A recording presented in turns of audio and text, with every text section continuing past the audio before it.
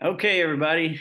Good evening. Sorry we missed you last week, but we had a guest in town from San Diego, and they just got here late in the flight, and we were late meeting with them. By the time we got home, it was already 9 or 10 o'clock that night. So we're going to make up for it tonight, and we're going to finish the story on Rsabhadeva. This first chapter is chapter 5, Srimad Bhagavatam, Canto 5, chapter 5, and it's Lord Rishabhdeva's teachings to his sons.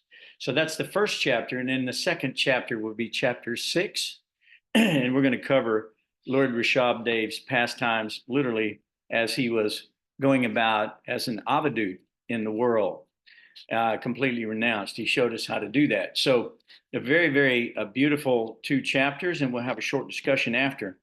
So if you don't mind, I'll start with my obeisances. Nama Om Vishnu Padaya, Krishna Pristaya Buddhale, Shrimate Bhaktivedanta Swaminiti Namane, Namaste Saraswati Devim Gaudavani Pracharane, Nirvishesha Shunyavadi Paschachari Shatarane, Jai Shri Krishna Chaitanya, Prabhu Nityananda, Shri Advaita Giridhara, Shivasri Gaura Bhakta Brinda, Hare Krishna, Krishna Krishna, Hare Hare, Hare Ram, Ram Ram, Hare Hare.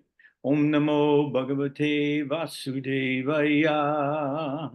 Om Namo Bhagavate Vasudevaya. Om Namo Bhagavate Vasudevaya. Jai, Srimad Bhagavatam Ki Jai. So if you don't mind, I'll start out reading, and then whoever wants to grab a bit of this, please jump in. We're starting at chapter 5, Lord Rishabhdeva's teachings to his sons, and this would be text 1. When a person considers sense gratification the aim of life, he certainly becomes mad after materialistic living and engages in all kinds of sinful activities. He does not know that due to his past misdeeds, he has already received a body which, although temporary, is the cause of his misery. Actually, the living entity should not have taken on a material body, but he has been awarded the material body for sense gratification. Therefore, I think it not befitting an intelligent man to involve himself again in the activities of sense gratification by which he perpetually gets material bodies one after another. Text 5. As long as one does not inquire about the spiritual values of life, one is defeated and subjected to miseries arising from ignorance. Be it sinful or pious, karma has its result in actions. If a person is engaged in any kind of karma, his mind is called karmatmaka, colored with fruitive activities. As long as the mind is impure, consciousness is unclear, and as long as one is absorbed in fruitive activity, he has to accept a material body. When the living entity is covered by the mode of ignorance, he does not understand the individual living being and the supreme living being, and his mind is subjugated by fruitive activity. Therefore, until one has love for Lord Vasudeva, who is none other than myself, he is certainly not delivered from having to accept a material body again and again. Even though one may be very learned and wise, he is mad if he does not understand that the endeavor for sense gratification is a useless waste of time. Being forgetful of his own interest, he tries to be happy in the material world, centering his interest around his home, which is based on sexual intercourse and which brings him all kinds of material miseries. In this way, one is no better than a foolish animal. The attraction between male and female is the basic principle of material existence. On the basis of this misconception, which ties together the hearts of the male and the female, one becomes attracted to his body, home, property, children, relatives, and wealth. In this way, one increases life's illusions and thinks in terms of, quote, I and mine, unquote. When the strong knot in the heart of a person implicated in material life due to the results of his past action is slackened, one turns away from his attachment to home, wife, and children. In this way, one gives up the basic principle of illusion, I and mine, and becomes liberated. Thus, one goes to the transcendental world. So who would like to pick it up there? You know what? I'm happy to. Please. Text 10 through 13. I'm sorry? Guys, starting with text 10. Okay. O my sons, you should accept a highly elevated Paramahamsa, a spiritually advanced spiritual master. In this way, you should place your faith and love in me, the Supreme Personality of Godhead. You should detest sense gratification and tolerate the duality of pleasure and pain, which are like the seasonal changes of summer and winter. Try to realize the miserable conditions of life, of living entities, who are miserable even in the higher planetary systems. Wow. Philosophically inquire about the truth, then undergo all kinds of austerities and penances for the sake of devotional service. Give up the endeavor for sense enjoyment and engage in the service of the Lord. Listen to the discussions about the Supreme Personality of Godhead and always associate with devotees. Chant about and glorify the Supreme Lord and look upon everyone equally on a spiritual platform. Give up enmity and subdue anger and lamentation. Abandon identifying the self with the body and the home, and practice reading the revealed scriptures. Live in a secluded place and practice the process by which you can completely control your life, air, mind, and senses. Have full faith in the revealed scriptures, the Vedic literatures, and always observe celibacy. Perform the prescribed duties and avoid unnecessary thoughts. Always think in the Supreme Personality of Godhead, acquire knowledge from the right source. Thus, practicing Bhakti Yoga, you will patiently, enthusiastically be elevated in knowledge, will be able to give up false ego. Wow, it's powerful. As I have advised you, my dear sons, you should act accordingly. Be very careful. By these means, you will be freed from the ignorance of the desire for fruit of activity, and the knot of bondage in the heart will completely be severed. For further advancement, you should also give up the means. That is, you should not become attached to the process of liberation itself. If one is serious about going back home, back to Godhead, he must consider the mercy of the Supreme Personality of Godhead, the summum bonum, and the chief aim of life. If he is a father instructing his sons, a spiritual master instructing his disciples, or a king instructing his citizens, he should instruct them as I have advised. Without being angry, he should continue giving instructions, even if his disciple, son, or citizen is sometimes unable to follow his order. Ignorant people engaged in pious and impious activities should be engaged in devotional service by all means. They should always avoid fruitive activity. If one puts into bondage karmic activity with his disciple, son, or citizen who is bereft of transcendental vision, how will one profit? It is like leading a blind man to a dark well and causing him to fall in. Shall I continue? Yeah, we can go around a little bit if you'd like. Okay. Why don't we give some other folks a chance, and then we'll come back if we have some left. These are short chapters. Thank you. Appreciate it, Jai Krishna. Check 17. Who wants to pick up? Oh, is it 17 or 16?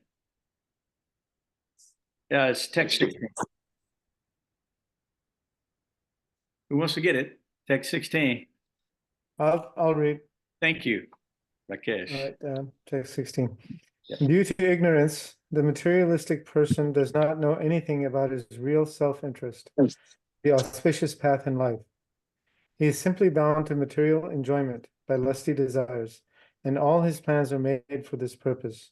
For temporary sense gratification, such a person creates a society of envy, and due to this mentality, he plunges into the ocean of suffering. Such a foolish person does not even know about this. If someone is ignorant and addicted to the path of samsara, how can one who is actually learned, merciful, and advanced in spiritual knowledge engage him in fruitive activity and thus further entangle him in material existence? If a blind man is walking down the wrong path, how can a gentleman allow him to continue on his way to danger? How can he approve this method? No wise or kind man can allow this. One who cannot deliver his dependents from the path of repeated birth and death should never become a spiritual master, a father, a husband, a mother, or a worshipable demigod. My transcendental body, Satchidananda Vigraha, looks exactly like a human form, but it is not a material human body. It is inconceivable. I am not forced by nature to accept a particular type of body. I take on a body by my own sweet will. My heart is also spiritual, and I always think of the welfare of my devotees. Therefore, within my heart can be found the process of devotional service, which is meant for the devotees. Far from my heart have I abandoned irreligion, adharma, and non-devotional activities. They do not appeal to me.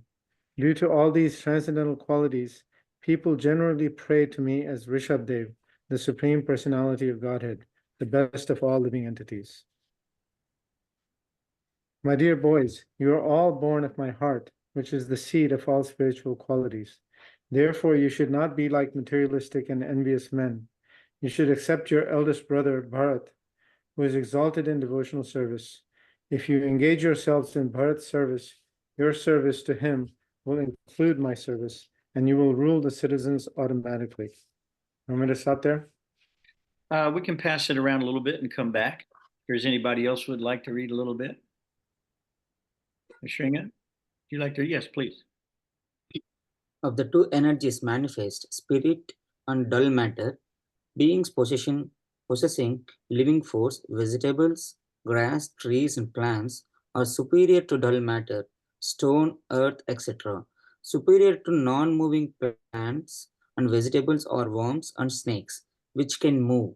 Superior to worms and snakes are animals that have developed intelligence. Superior to animals are human beings, and superior to human beings are ghosts because they have no material bodies. Superior to ghosts are the Gandharvas, and superior to them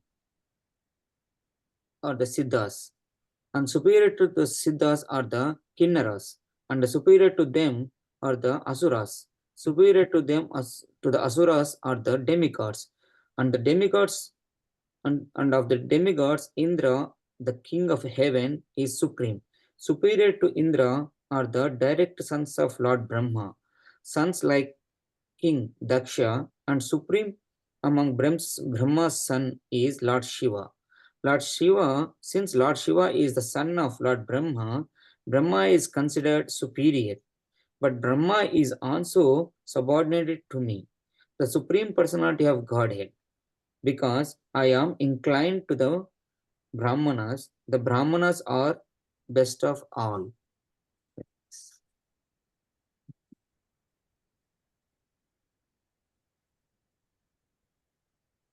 O respectful Brahmanas, as far as I am concerned, no one is equal or superior to the Brahmanas in this world. I do not find anyone comparable to them. When people know my motive, after performing rituals according to Vedic principles, they offer food to me with faith and love through the mouth of a Brahmana. When food is thus offered unto me, I eat with full satisfaction. Indeed, I derive more pleasure from food offered in that way than the food offered in the sacrificial fire. The Vedas are my eternal transcendental sound incarnation. Therefore, the Vedas are Shabda Brahma. In this world, the Brahmanas thoroughly study all the Vedas, and because they assimilate the Vedic conclusions, they are also to be considered the Vedas personified. The Brahmanas are situated in the supreme transcendental mode of nature, Sattvaguna. Because of this, they are fixed in mind control, Sama, sense control, Dhamma, and truthfulness, Satya. They describe the Vedas in their original sense, and out of mercy, Anugraha. They preach the purpose of Vedas to all conditioned souls. They practice penance, tapasya, and tolerance, titiksha. And they realize the position of the living entity and Supreme Lord, Anubhava. These are the 8 qualifications of Brahmanas. Therefore, among all living entities, no one is superior to the Brahmanas. I am fully opulent, almighty, and superior to Lord Brahma and Indra, the king of heavenly planets. I am also the bestower of all happiness obtained in the heavenly kingdom and by liberation. Nonetheless, the Brahmanas do not seek material comforts from me. They are very pure and do not want to possess anything. They simply engage in my devotional service. What is the need of their asking of material benefits from anyone else? My dear sons, you should not envy any living entity, be he moving or non-moving. Know that I am situated in them. You should offer respect to all them at every moment. In this way, you offer respect to me. Nobody wants to continue. Okay. Very good. That's excellent. So text 27. Who wants to get it? I can if you want. Okay, please. Okay. 27. The true activity of the sense organs, mind, sight, words, and all the knowledge gathering and working senses is to be engaged fully in my service. Unless his senses are thus engaged, a living entity cannot think of getting out of the great entanglement of material existence, which is exactly like Yamaraj's stringent rope. Sukadev Goswami said, thus the great well-wisher of everyone, the Supreme Lord Rsabhadeva, instructed his own sons. Although they were perfectly educated and cultured, he instructed them just to set an example of how a father should instruct his sons before retiring from family life. Sannyasis who are no longer bound by fruitive activity and who've taken to devotional service after all their material desires have been vanquished, also learn by these instructions. Lord Rsabhadeva instructed his 100 sons, of whom the eldest, Bharat, was a very advanced devotee and a follower of Vaishnavas. In order to rule the whole world, the Lord enthroned his eldest son on the royal seat. Therefore, although still at home, Lord Rsabhadeva lived like a madman, naked and with dishevelled hair. Then the Lord took the sacrificial fire within himself, and he left Brahmavata to tour the whole world. After accepting the features of Avadut, a great saintly person without material cares, Lord Rsabhadeva passed through human society like a blind, deaf, and dumb man, an idle stone, a ghost, or a madman. Although people called him such names, he remained silent and did not speak to anyone. Rsabhadeva began to tour through the cities, villages, mines, countrysides, valleys, gardens, military camps, cow pens, the homes of cowherd men, transient hotels, hills, forests, hermitages. Wherever he traveled, all bad elements surrounded him, just as flies surround the body of an elephant coming from a forest. He was always being threatened, beaten, urinated upon, and spat upon. Sometimes people threw stones, stool, and dust at him, and sometimes people passed foul air before him. Thus people called him many bad names and gave him a great deal of trouble. But he did not care about this, for he understood that the body is simply meant for such an end. He was situated on the spiritual platform, and being in his spiritual glory, he did not care for any of these material insults. In other words, he completely understood that matter and spirit are separate, and he had no bodily conception.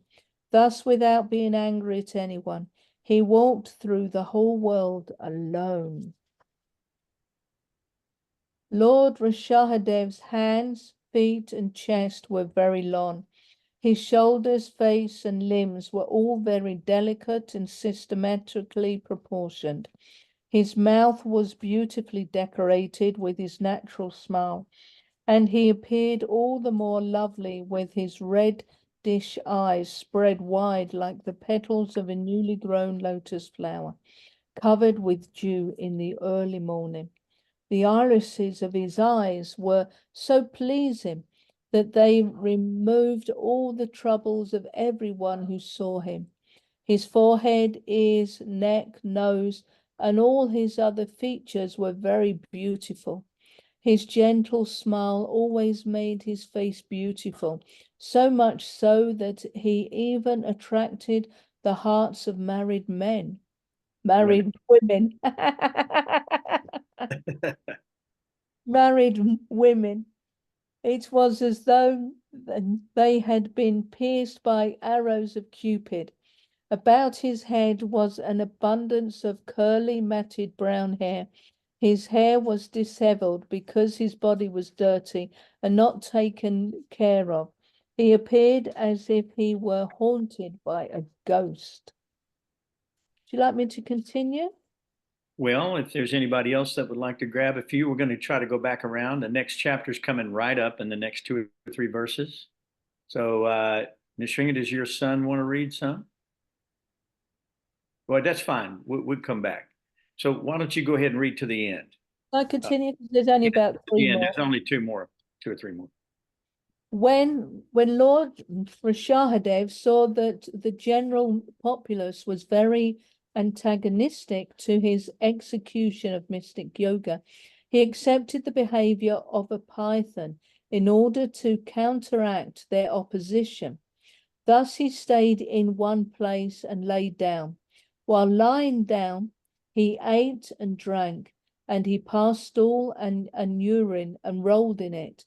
Indeed, he smeared his whole body with his own stool and urine so that opposing elements might not come and disturb him. Because Lord Rsabhadeva remained in that condition, the public did not disturb him. But no bad aroma emanated from his stool and urine. Quite the contrary. His stool and urine was so aromatic that they filled 80 miles of the countryside with a pleasant fragrance. In this way, Lord Rsabhadeva followed the behavior of cows, deer, and crows. Sometimes he moved or walked, and sometimes he sat down in one place. Sometimes he laid down, behaving exactly like cows, deer, and crows. In that way, he ate, drank, passed stool and urine, and cheated the people in this way. O King Parikshit, just to show all the yogis the mystic process, Lord Rsabhadeva, the partial expansion of Lord Krishna, performed wonderful activities. Actually, he was the master of liberation and was fully absorbed in transcendental bliss, which increased 1,000-fold. Lord Krishna, Vasudeva, the son of Vasudeva, is the original source of Lord Rsabhadeva. There is no difference in their constitution, and consequently, Lord Rsabhadeva awakened the loving symptoms of crying, laughing, and shivering. He was always absorbed in transcendental love. Due to this, all mystic powers automatically approached him, such as the ability to travel in outer space at the speed of mind, to appear and disappear, to enter the bodies of others, and to see things far, far away. Although he could do all this, he did not exercise these powers. Thank you. That was very, very nice. Okay. All right. Nishringa, how about your son? Is he Yes. ready to roll? Yes, So we're going to do chapter 6, the activities of Lord Rsabhadeva.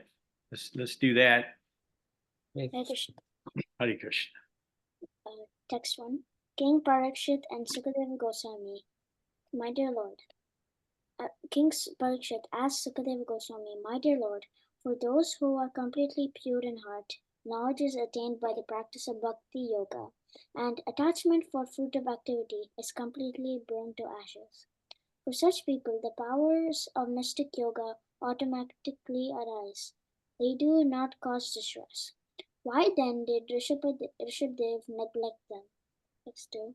Answer. Srila Shukadeva Goswami replied, My dear king, you have spoken correctly. However, after capturing animals, a cunning hunter does not put faith in them, for they might run away. Similarly, those who are advanced in your spiritual life do not put faith in the mind. Indeed, they always remain vigilant and watch the mind's action. Text 3. Tathakoktam. All learned scholars have given their opinion. The mind is by nature very restless, and one should not make friends with it. If we place full confidence in the mind, it may cheat us at any moment. Even Lord Shiva became agitated upon seeing the Mohini form of Lord Krishna, and Shaubiri Muni also fell down from the mature state of yogic perfection. Next one. An unchaste woman is easily carried away by paramours, and it sometimes happens that her husband is violently killed by her paramours. If the yogi gives his mind a chance and does not restrain it, his mind will give facility to enemies like lust, anger, and greed, and they will doubtlessly kill the yogi. The mind is the root cause of lust, anger, and pride, greed, lamentation, illusion, and fear. Combine these constitute bondage to fruit of activity. What learned man would put faith in the mind? Very good. Okay. All right. Do we want to go back around a little bit now? How about we start at the top again? All right. I'll give it up for Jai Krishna. Why don't you start with this one if you don't mind? Lord, From the this top, will be text from the 6. top means you were at the top. Well, that's all right. Lord- I've got some things to go back over, so you go ahead and read a little bit. Okay, Lord Rsabhadeva was the head of all kings and emperors within the universe, but assuming the dress and language of an avadut, he acted as if dull and materially bound. Consequently, no one could observe his divine offerings. He opted this behavior just to teach yogis how to give up the body. Nonetheless, he maintained his original position as a plenary expansion of Lord Vasudeva, Krishna. Remained always in that state, and he gave up his pastimes as Lord Vasudeva within the material world. If, following in the footsteps of Lord Rsabhadeva, one can give up the subtle body, there's no chance that one will accept a material body again. Actually, Lord Rsabhadeva had no material body, but due to Yoga Maya, he considered his body material. And therefore, because he played like an ordinary human being, he gave up mentality of identifying with it. Following this principle, he began to wander all over the world. While traveling, he came to the province of Karanta in South India and passed through Konka, Venka, and Kutaka. He had no plan to travel this way, but he arrived near Kutakala and entered a forest there. He placed stones within his mouth and began to wander through the forest naked with his hair disabled like a madman. While he was wandering about, a wild forest fire began. This fire was caused by the friction of bamboos, which were being blown by the wind. In that fire, the entire forest near Utakala and the body of Lord Rsabhadeva were burned to ashes. Sukadeva Goswami continued speaking to Maharaj Pariksit. My dear king, the king of Konka, Venka, Kutaka, whose name is Arhat, heard the activities of Rasadeva and imitating Rasadeva's principles, introduced a new system of religion. Taking advantage of Kali Yuga, the age of sinful activities, King Arhat, being bewildered, gave up the Vedic principles, which are free from risk, and concocted a new system of religion opposed to the Vedas. Thus, the beginning of the Jain Dharma. Many so-called religions followed this atheistic system. Shall I pass on to Rakesh? Yeah, Rakesh, you next. Thank you, Jai Krishna. Very good. Okay, so text 10. Yes. All right. People who are the lowest among men and bewildered by the illusory energy of the Supreme Lord will give up the original Varnashram Dharma and its rules and regulations. They will abandon bathing 3 times daily and worshiping the Lord. Abandoning cleanliness and neglecting the Supreme Lord they will accept nonsensical principles. Not regularly bathing or washing their mouths regularly, they will always remain unclean, and they will pluck out their hair. Following a concocted religion, they will flourish. During this age of Kali, people are more inclined to irreligious systems. Consequently, these people will naturally deride the Vedic authority. The followers of Vedic authority, the Brahmanas, the Supreme Personality of Godhead, and the devotees. Low-class people, due to their gross ignorance, introduce a system of religion that deviates from the Vedic principles. Following their own mental concoctions, they automatically fall down into the darkest regions of existence. In this age of Kali, people are overwhelmed by the modes of passion and ignorance. Lord Rishabdev incarnated himself to deliver them from the clutches of Maya. Learned scholars chant about the transcendental qualities of Lord Rishabdev in this way. Oh, this earthly planet contains 7 seas and many islands and lands, of which Bharatvarsha is considered the most pious. People of Bharatvarsha are accustomed to glorifying the activities of the Supreme Personality of Godhead in his incarnations as Lord Rishabdev and others. All these activities are very auspicious for the welfare of humanity. Oh, what shall I say of the dynasty of Priyavrata, which is pure and very much celebrated? In that dynasty, the Supreme Person, the original personality of Godhead, descended as an incarnation and executed religious principles that could free one from the results of fruitive activity.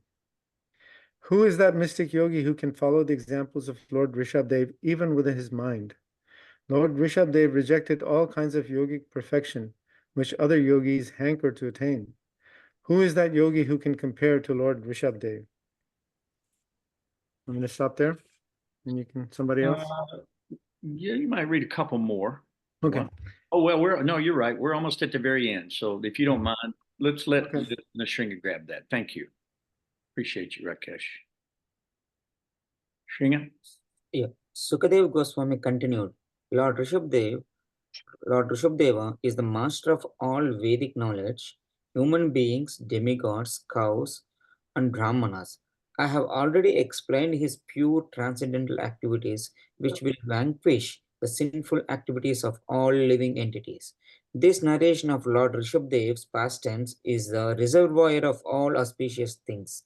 Whoever attentively hears or speaks of them, following in the footsteps of the acharyas, will certainly attain unalloyed devotional service at the lotus feet of the Lord Vasudeva, the Supreme Personality of Godhead.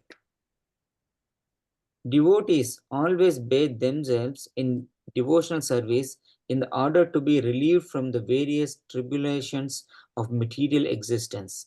By doing this, the devotees enjoy supreme bliss and liberation personified comes to serve them. Nonetheless, they do not accept that service, even if it is offered by Supreme Personality of Godhead Himself.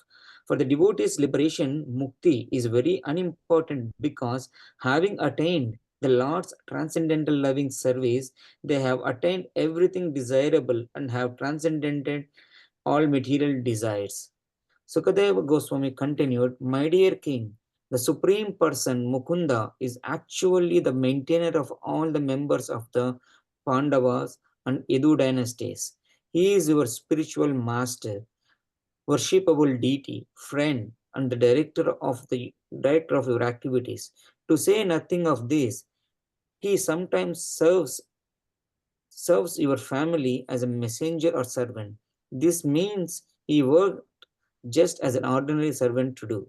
Those engaged in getting Lord's favor attain liberation from the Lord very easily. But he does not very easily give the opportunity to render direct service unto him. The Supreme Personality of Godhead, Lord Rishabdev, was fully aware of his true identity. Therefore, he was self-sufficient and he did not desire external gratification. There was no need for him to aspire for success, since he was a complete in himself. Those who unnecessarily engage in bodily conception and create an atmosphere of materialism are always ignorant of their real self-interest. Out of his causeless mercy, Lord Rsabhadeva taught the self's a real identity and the goal of life. We therefore offer our respectful obeisances unto the Lord, who appeared as Lord Rsabhadeva. Wow. Wow. I mean, anything you didn't know about God, you should know now. Those two chapters are very, very powerful.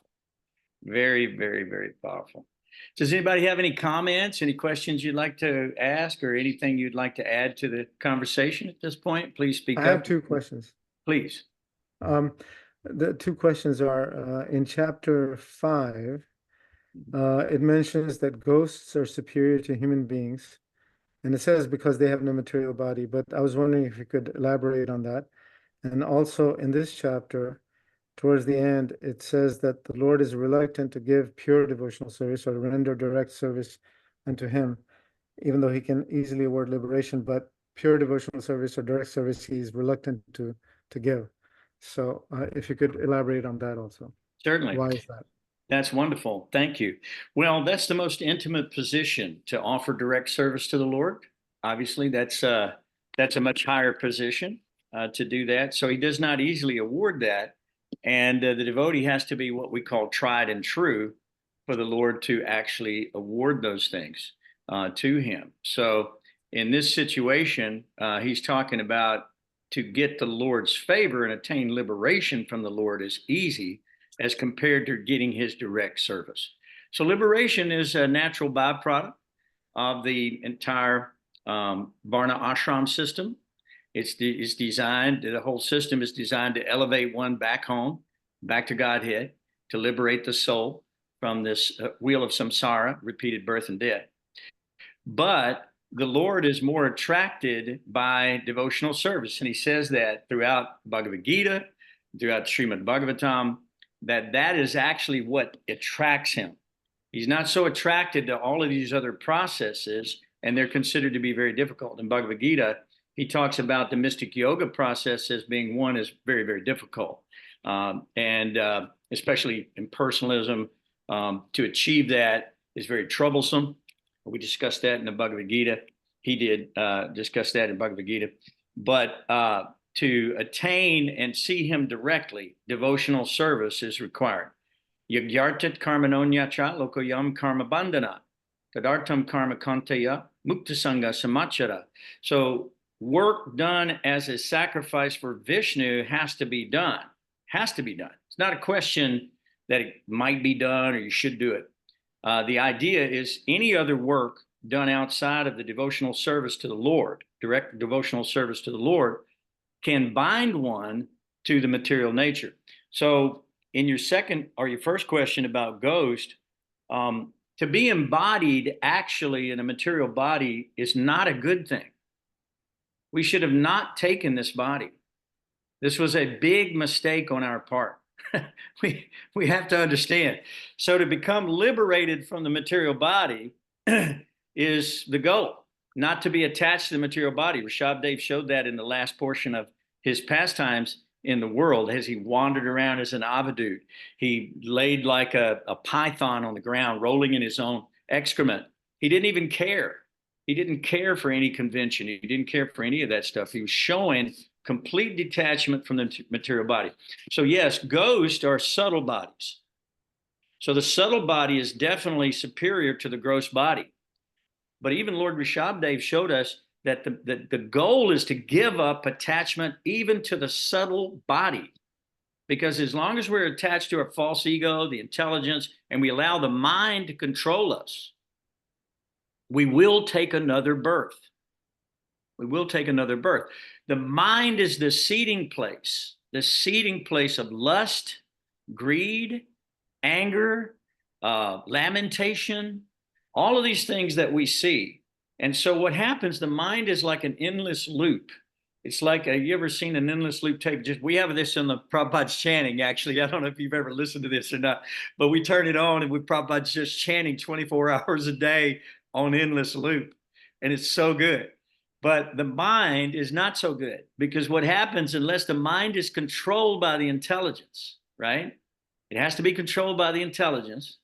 And the intelligence has to be directed by the soul above that to understand, from a point of view of self-realization, what should be done and what should not be done, and what is liberating and what is binding, right? So the idea is that the mind must be controlled. It's like a child. The child doesn't really have discretion so much. The intelligence is the discretion. The mind is just carrying out whatever the intelligence is instructing it to do. So as they say, whatever you are what you eat, right? You've heard that. You are what you eat, right? So if you digest things in your mind, they become your activities, thinking, feeling, willing. So what happens is whatever you're thinking of, gradually you begin to feel that way. And then gradually as you feel that way, the mind starts carrying it out and you will it to happen. Once it's willed to happen, you see then that you're carried away. Krishna says in Bhagavad Gita that the mind of a man, even of discretion, who's attempting to control it, he is carried away like a riven cloud. It's blown away. So there's no way, this is discussed here in these two chapters, there's no way to get out of this material world without the activities of devotional service and detachment from the material world itself. If you're attached to anything in the material world, you will come back to get it. You will come back to get it. So the idea is Rsabhadeva has shown us at the end of this last chapter what it's like to transcend the body, to become completely void of really any attachment to the body, any attachment to convention, to society, to family, to home, to wealth. All of these things were given completely up by Rsabhadeva, and he taught that mystic yoga process in his own activities in the last of his life. I don't know if that answered your question, but I hope so. We do pretty good on that one. Okay. All right. I have a question. Yeah, I have a question. Okay, go ahead. Yep. And it's going to sound mundane, so just please forgive the question, but I'm just a little confused by what we just read. Okay. If he had why would he have 100 sons, first of all? And doesn't having 100 sons means he's perpetually enjoying his wife, for lack of better words?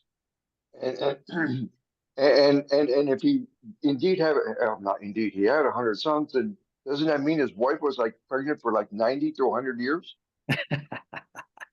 That's a pretty good question. You're asking questions that are just based on rational logic, and I understand why you would ask that question. But there's a couple of points here that you need to know. Krishna says that I am sex life, which is not contrary to religious principles. Okay, so first of all, Rsabhadeva did not engage in material enjoyment of any kind. He showed us the religious principles that we should be following. God shows us that. He comes again and again to do that. Whatever great men do, common men follow. Whatever standards they set by exemplary acts, the whole world pursues, Krishna says in Bhagavad Gita. So Rsabhadeva and all of the other avatars that we discussed live perfect lives, not material lives, not like we would think. See, our mind is infected. We're infected by lust. It is the all-devouring enemy of mankind, Krishna says in Bhagavad Gita, and it must be given up or conquered at all cost, because it is the actual gate to hell. So no, these first of all, you have to understand they were in a different yuga. They were living extremely long lifetimes. Most kings had at least 100 sons. It was a pretty standard thing. Bharat was the oldest one. All of these sons were capable of delivering society and delivering them back home, back to Godhead. All these sons were perfectly trained. But when he went and he got into the assembly of the Brahmins and he was speaking, he talked directly to his sons. After, he'd installed Bharat, he talked directly to his sons, and this is his instruction, how they should live. And if so we read his instruction, we'll see that his heart, his mind, and his goals and his purpose was pure and good in the material world, not contaminated with lust, greed, anger, envy, animosity, not seeking fame, profit, adoration, distinction, completely transcendent to all of those things. As a matter of fact, so much so that after you realized that Bharat was qualified, he installed him on the throne and left, became an avadut and gave everything up, walked around naked in the material world.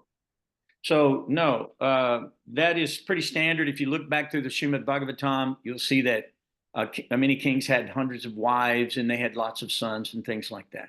So it's not unusual like that.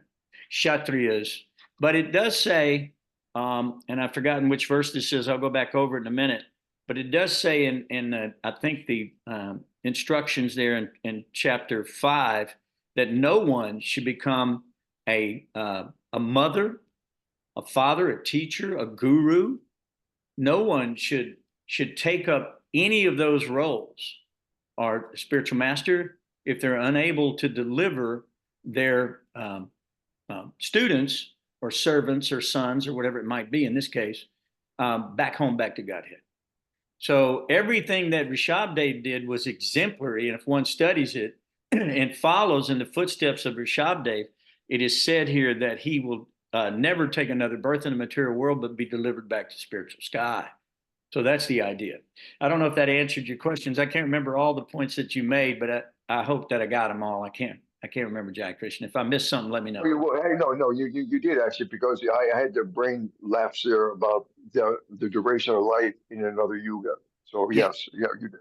Oh yeah, they were living extremely long lifetimes, and they had lots of sons and stuff like that. And there's another statement in the Vedas that says one should aspire to have hundreds and millions of sons if they could liberate the fallen conditioned souls in the material world.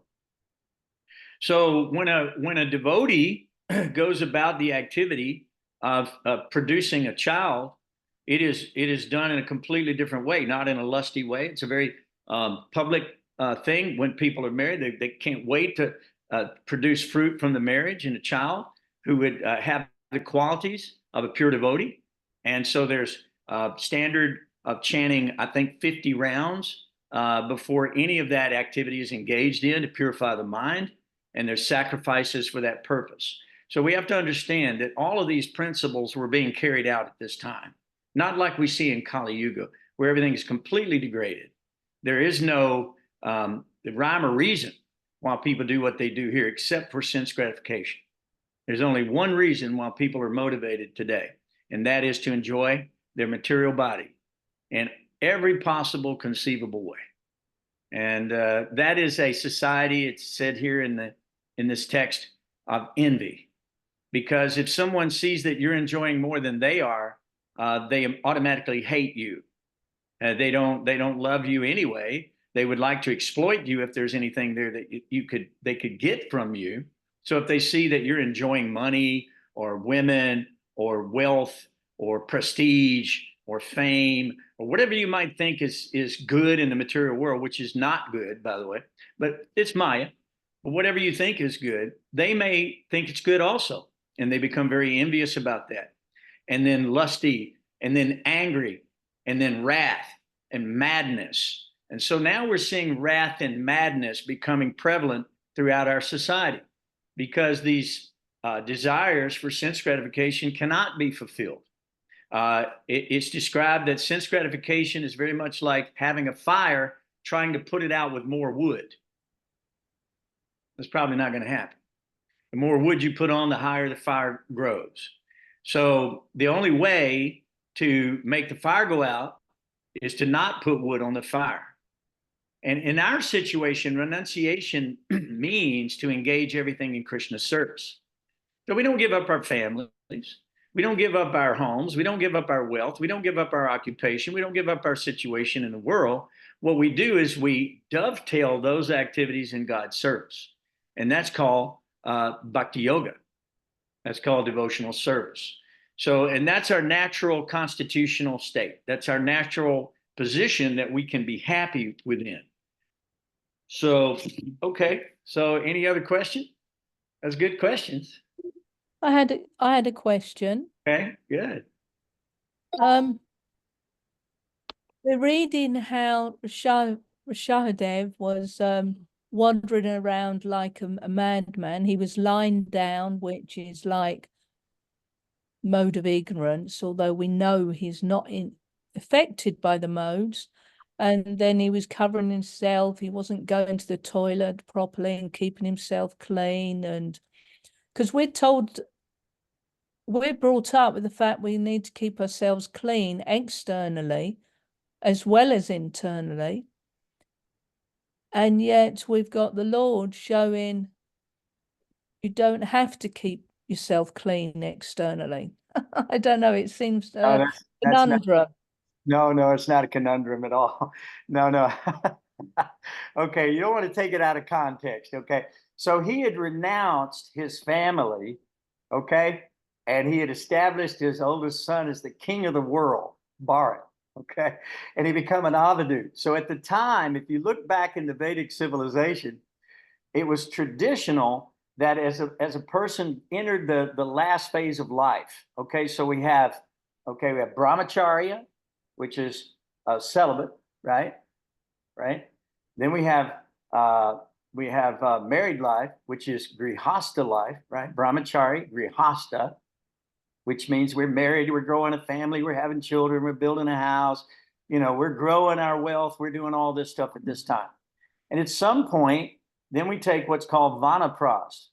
It's a natural state. Vanaprast means a state of retirement from actively seeking sense gratification, wealth, position, home, all these things in the material world. Instead, we become more interested in spiritual matters because we realize, Krishna says, I've forgotten where this is at, but it says, when you see that your eyes are growing dim, and notice we're all wearing glasses, when you see your hair growing gray and your teeth are loose and your skin is becoming wrinkled and you're sagging, Krishna's coming for you in the form of Kala, time. He says, time I am, the destroyer of all the worlds, and I've come to engage all peoples. So Krishna is coming. He's coming as time. It's either going to be a cat with a mouse or a cat with a kitten.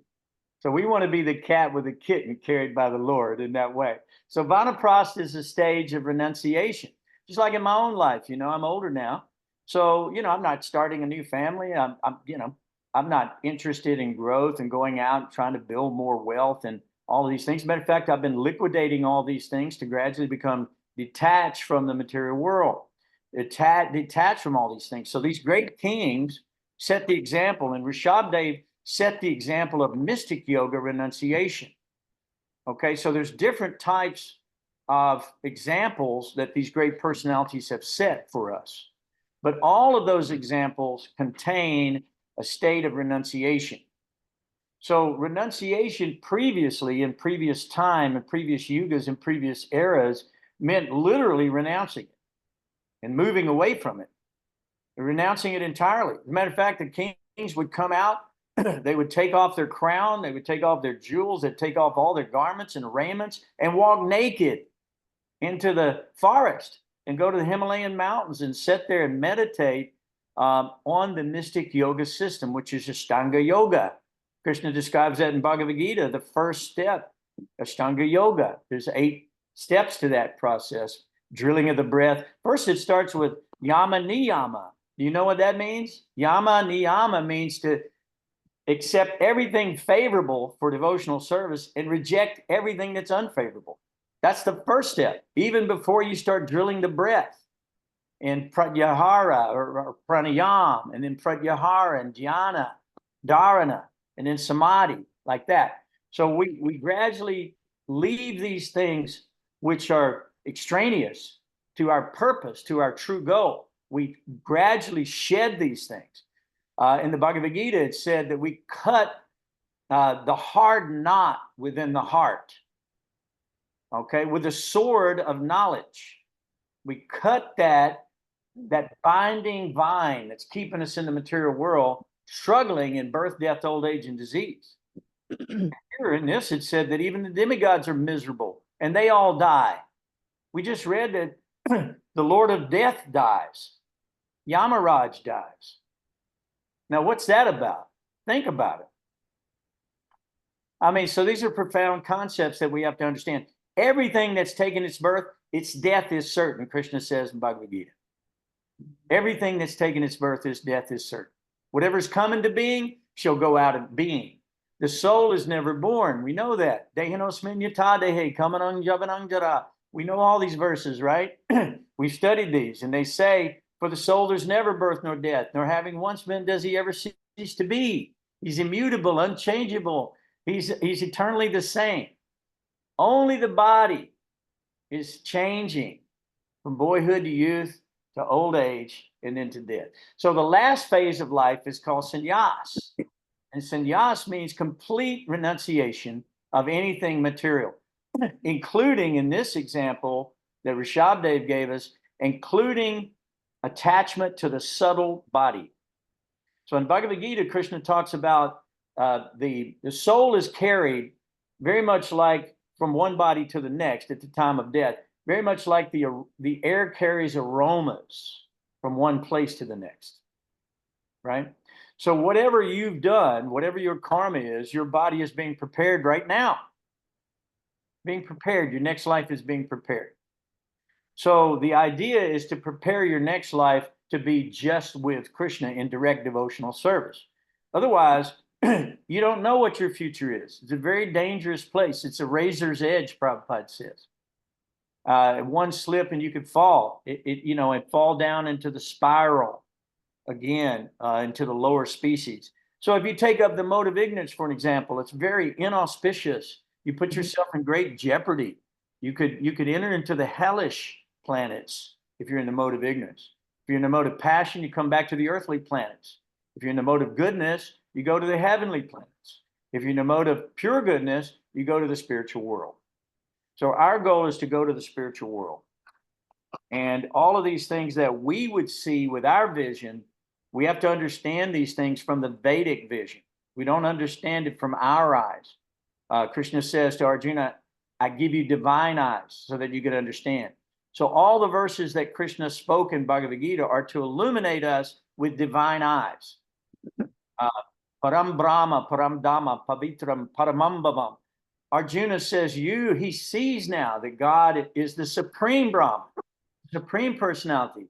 He understands that because he was given the, we need to have the same vision, and we get that vision through the parampara system, Tadvidi Prani Pratena Pariprasnena Sevya. So we know that this information is knowledge that is being passed down to a disciplic succession, unbroken, unchanged from the original knowledge. Krishna says, with all the Vedas, I am to be known. I am the Veda. So the Brahmins become the Vedas, the walking personification of the Veda. They've studied the Veda, they've chanted, they've followed the principles, they have the qualities of the Brahmins. Therefore, they imbibe this, and Krishna prefers to have any offering done through their mouth, even above the sacrificial fire that we read so much about in the Srimad Bhagavatam. He enjoys it so much more when it's offered to someone who is engaged in his loving devotional service.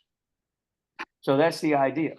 I hope that answered your question. I don't know if it did or not. I may have got off the track a little bit, but the idea is that this system of Varna Ashram, the knowledge that comes down from the Vedas through the Parampara system, that is the way back home, back to Godhead, not through creating a concoction like we see here that this one king had done after Rsabhadeva left. He took the opportunity to take advantage of the Kali Yuga and create a concocted atheistic religious system. So in India, about 1% of the population is Jainism. I don't know if anybody knows much about Jainism. It might be 1 or 2%. It's not a very big population. But obviously that was created at the time of Rsabhadeva because it's mentioned here. And it's considered to be an atheistic form of religion because it doesn't take into consideration the full picture. And so we see now, even in, and I hate to say this, but even in our society of this kind, that there are many people who are they're deviating from the original principles, and they're creating isms and schisms in my mind. And to see that is very unfortunate. So we have to be very, very careful to stay on the track. We have to be very, very careful to stay on the track. And the only way that we can do that is to hear from the mouth of the Brahmins who are purified through devotional practice, who have studied and understand these Vedic literatures and can explain these literatures. It's our job, every one of us here, it's our job to be able to do that. So much so that if you're a father or a mother, you deliver your child. If you're a teacher, you deliver your student. If spiritual master, you deliver your disciple. And if you're a king, you deliver your whole kingdom. And Bharat could do that. Bharat could do that because Rsabhadeva was his father. And he was the eldest son. So I hope that helped out. But I've got a few little things. If you okay, go ahead, Rakesh. You guys are good tonight. Come on now. Woo-hoo. What you got? You're muted, Rakesh. You got to unmute. I just wanted to add about the example of Lord Rishabhdev. I'll try to find the instance where some devotees had asked Srila Prabhupada. There was a group of devotees who were concentrating on one particular portion of Srila Prabhupada's books, which talked about the high level of the gopis. And so they were saying, well, it's in your book, so that's what we're doing. And Prabhupada gave the example that why don't you learn the ABCs first and then start doing the higher portions? So sometimes the examples given in the Shastras cannot necessarily be imitated. And that's what Srila Prabhupada says, don't imitate, follow first. And in this case, there's even a verse 15, which says, who is that mystic yogi who can follow the examples of Lord Rishabhdev even with his mind? So it's giving a warning that it's hard to follow that example even with the mind. We can't imitate. We cannot imitate. We cannot imitate. And I'll try to find that and I'll email the example of the incident where Srila Prabhupada, gave that explanation that you cannot imitate. Right. Well, and the thing is too, if we follow in the footsteps, we don't want to imitate, and we don't want to jump ahead. We have a tendency to cheat, right? That's the first thing that we find. We have a tendency to try to take shortcuts and cheat. That's our nature. So we can't do that in our spiritual life. If we do that in our spiritual life, who are we cheating? We're cheating ourselves out of our ultimate goal of connection with the Lord. So, you're correct about that. And another thing that devotees sometimes will do is take something that Prabhupada said to a particular devotee in a particular situation for a particular time, place, and circumstance, and they take it totally out of context and they want to apply it universally. You cannot do that. You have to understand time, place, and circumstance. Prabhupada taught his disciples utility is the principle, right? Utility is the principle. So how can this be utilized in our society? How can this be utilized in our own lives in a way where the principle actually gives us the ultimate goal without going off the deep end or falling off the track? So that's the idea. Thank you, Rakesh. That was a very good point. Appreciate that very much. Okay, so if you don't mind, I'm going to recap quickly some of these verses that I thought were outstanding in these two chapters. The first thing that if we go back to chapter 5, Lord Rishabhadev's teaching his sons, if we look at text 1 and we look at text 2, Rishabhadev is telling his children, don't work hard all day and night. Don't do it. Don't work hard like hogs, dogs, camels, and asses for some material goal. It's a complete waste of our time to do that. So he talks about that in that first verse. So this is an important point for us because if you look around, we get up at Brahma Muhurta hour and we start chanting Hare Krishna. The cars are already going up down the interstate as fast as they can go. Now, these people are more serious about their sense gratification than we are about our spiritual life. It's a bit concerning to see that they work all day, all night to amass a big bank account to die and leave it to somebody. They don't even get to use it themselves. This just happened to a friend of mine. His mother worked in a factory her whole life. She only just took a little bread, a little sandwich to work, whatever, drove back and forth, stayed at home, didn't go do anything, left all the money behind. What was the first thing he did? Bought a Corvette. Would she be happy with that? No, she should have had the Corvette. You see what I'm saying? So the point is don't do like that. Don't work like so hard. Prabhupada said the world itself is fertile. This is Mother Earth, Mother Bhumi. Okay. And by the way, Rangavati and Bhavananda just taught the other day that if you just scrape the ground a little bit and you throw a few seeds in there, all kind of stuff comes up you can eat. They planted a beautiful garden. And the point is that it's not hard to do that. Okay, you got to just get the dirt disturbed a little bit, put a seed in it, walk away, water it every once in a while, keep a weed out, and enjoy the food. Or you can enjoy it after it's been offered to the Lord and it becomes the mercy of God, prashadam. And then we see all things in relationship to the Lord. So the first thing is don't work hard just for material sense enjoyment because it's a complete waste of time. Don't do that. But instead, engage yourself in austerity, penance, and charity.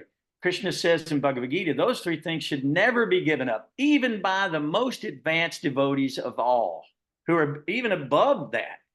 He said they should still never give it up. Because Krishna, he's not bound to any law in the material world. He doesn't have to take on a material body. He describes that here in this chapter. He talks about he does it as his own sweet will. Let me ask you a question. Raise your hand if you took this material body by your own sweet will. Let's just see. No hands up. Okay. So the idea, we're not Krishna. We are not. We're parts and parcels of Krishna, but we're subject to the material modes of nature. Krishna is beyond the modes of nature. Krishna says in Bhagavad Gita, fools deride me when I descend in the human form. They do not know my transcendental nature and that I am the source of all that is. They don't know that. So they deride him because they're fools. Just like we saw how people treated Rsabhadeva after he became Avadut and became renounced, wandering around. They were spitting on him, passing gas on, all kind of horrible things. They did this to the personality of Godhead. What do you think they'll do to you? So Krishna, Rsabhadeva showed us this as an example so that we could understand that the material body is actually meant for that. What is the material body meant for? What's it meant for? It's meant to be eaten by dogs and jackals and bugs and worms. And come on, how good is it? I mean, how many more of these things do you want? How many corpses do you want to develop around your soul? Because that's really what it boils down to. In these bags of liquid and gases, odors, things like that. Of course, Rsabhadeva, his was so aromatic that it filled up 80 miles in all directions of the most sweet smelling scent. So this is God. Are we able to do that? No. If you can't do that, then the first time somebody says they're God, say, okay, let's see how your stool and urine smell. And if they don't smell like aromatic flowers for 80 miles, you can't be God, okay? We know that. So then the next thing is in text 2, he talks about rendering service to the highly advanced devotees. So, and by doing that, one can actually overcome these things. So he says that these people are very peaceful, fully engaged in devotional service. They're devoid of anger. They work for the benefit of everyone, and they do not behave in any abominable way. Such people are known as Mahatmas. So find a Mahatma and offer service to a Mahatma. That's what you have to do, because he's recommending that here. So those who are interested in reviving their Krishna consciousness and increasing their love for Godhead, they don't like to do anything that's not related to Krishna.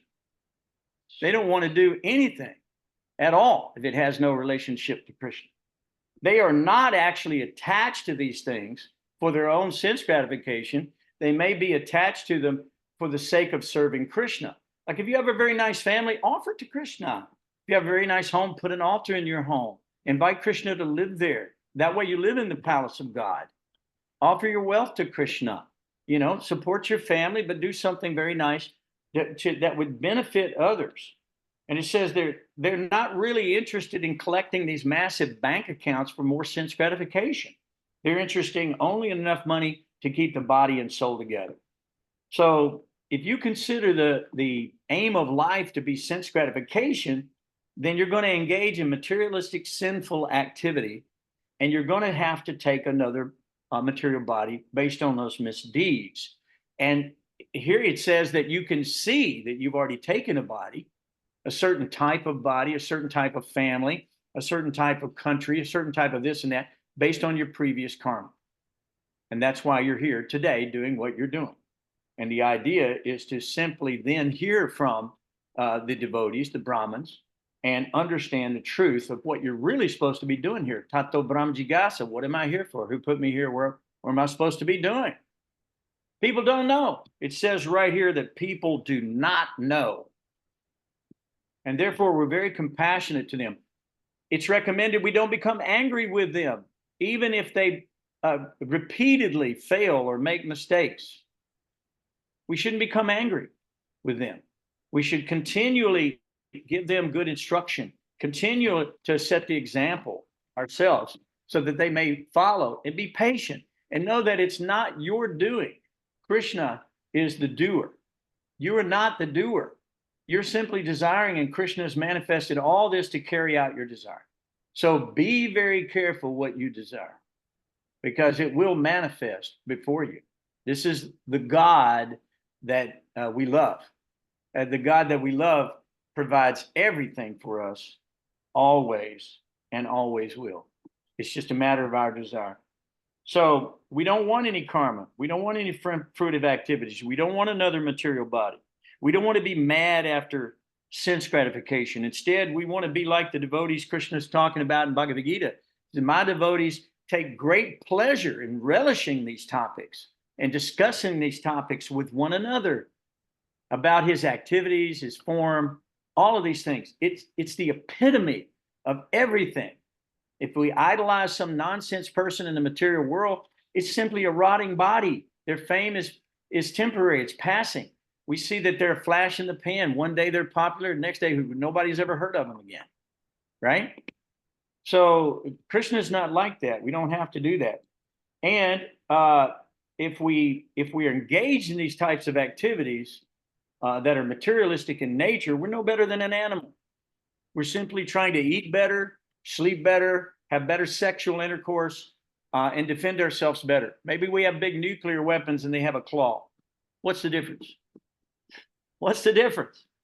Maybe you have a mansion to have sex life in, and somebody else is simply doing it out on the street. What's the difference? Who cares? It's all temporary. So in the chapter 3 of the Bhagavad Gita, 334, he says, attraction and repulsion for sense objects are felt by all embodied beings, all of us.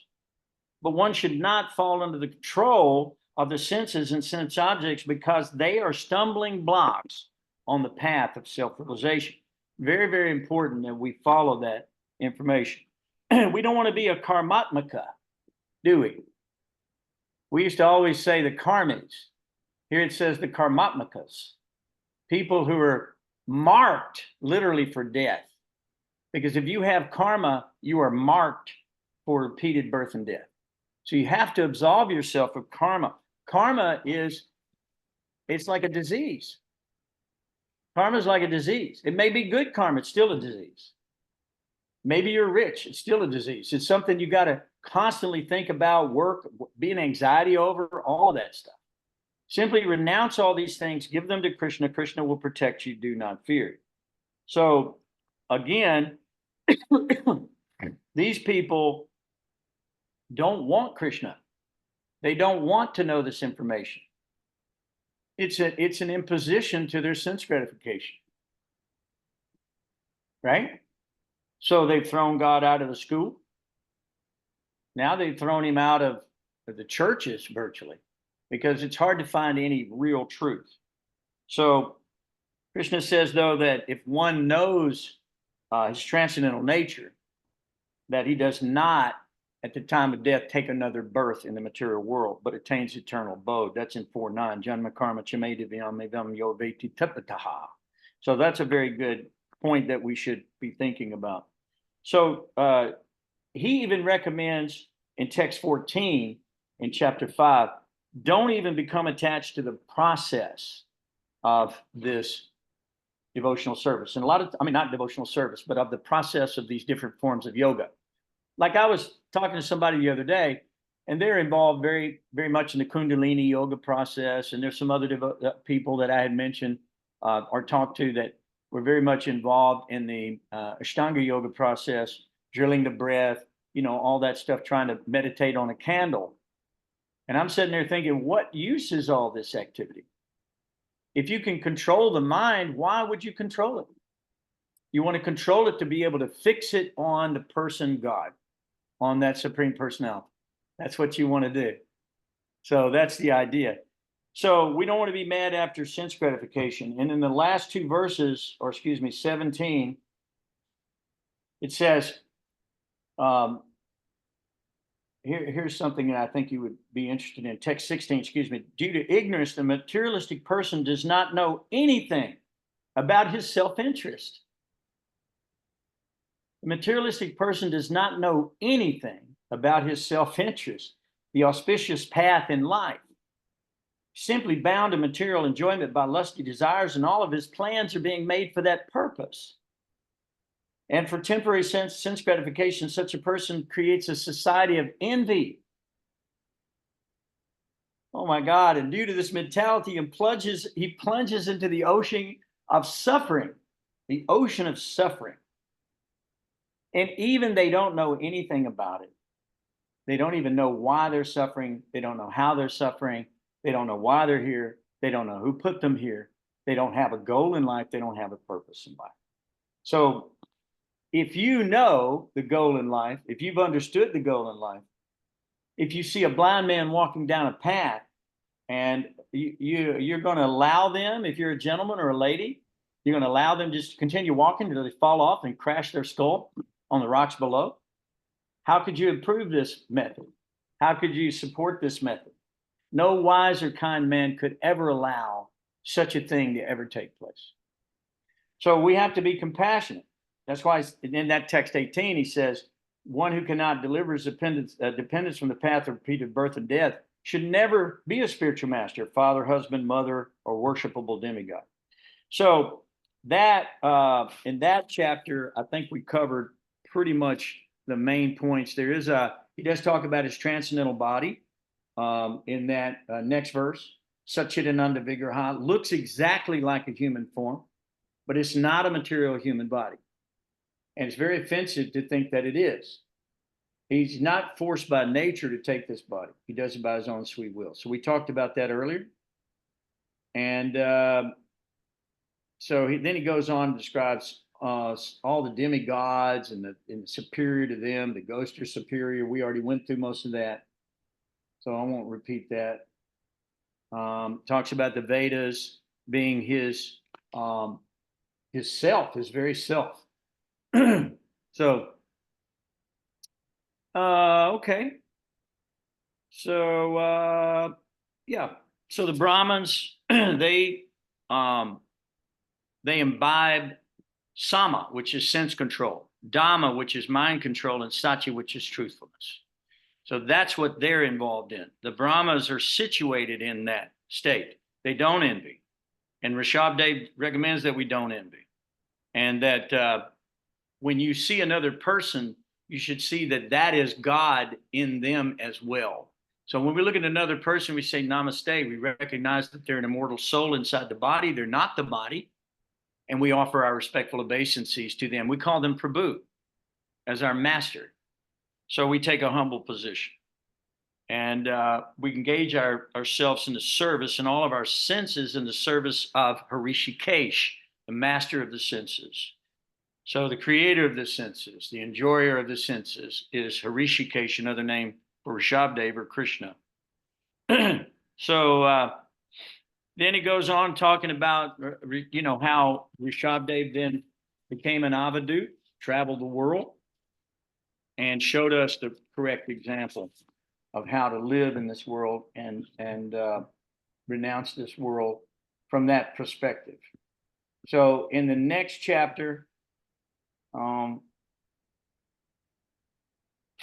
last chapter, chapter 6,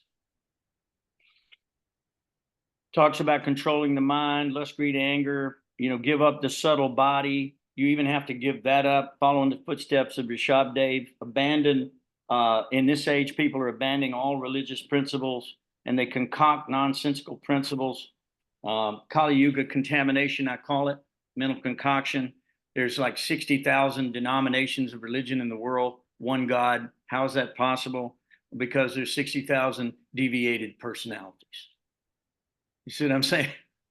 So that's the problem. So, but devotees always bathe in devotional service. It says bathing in devotional service. Just like we bathe our deities. Rakesh, I see those beautiful deities back there. We bathe the deities, right? So the idea is we should bathe ourselves in this devotional service by doing this activity, connecting everything that we have, our home, our family, our children, our food, our wealth, our money, our power, our prestige, our knowledge, our fame, whatever we have, we give it all back to Krishna, then it becomes perfected. And Krishna will expound on that. We're doing Ekadasi today. Today's Nirjala Pandava Nirjala Ekadasi. And you should read the boons that you receive simply by fasting on a day. It's Krishna's will that you fast, you show him a little affection, show him you're doing some penance, austerity for him. He will come, he will bless you in unlimited ways and remove all those sinful reactions that you really deserve to have. He'll take all that away from you. So we have to be careful because Kali Yuga contamination everywhere, everyone is overwhelmed by passion and ignorance. We cannot allow that to affect our lives. So we're always engaged in bathing ourselves in devotional service. And Rsabhadeva taught us the self's real identity and the real goal of life. And that goal is Manmana Bhava Madbhakto Madhyaji Nam Namaskaru Mami Vaishashi Yuktava Atmana Matparayana. So engage your mind always in thinking of me. Offer your obeisances and worship me, being completely absorbed in me. Surely you will come to me. And then over and above that, Bhaktyatvananya Yasakyaham Evam Vidorjuna Gyantum Drastum Chitatvina Pravestum Cha Parantapa. Only by undivided devotional service can God be understood, standing before you and seen directly. Only in this way could you enter into the mysteries of the Lord's understanding. So that is the conclusion of the Rsabhadeva story.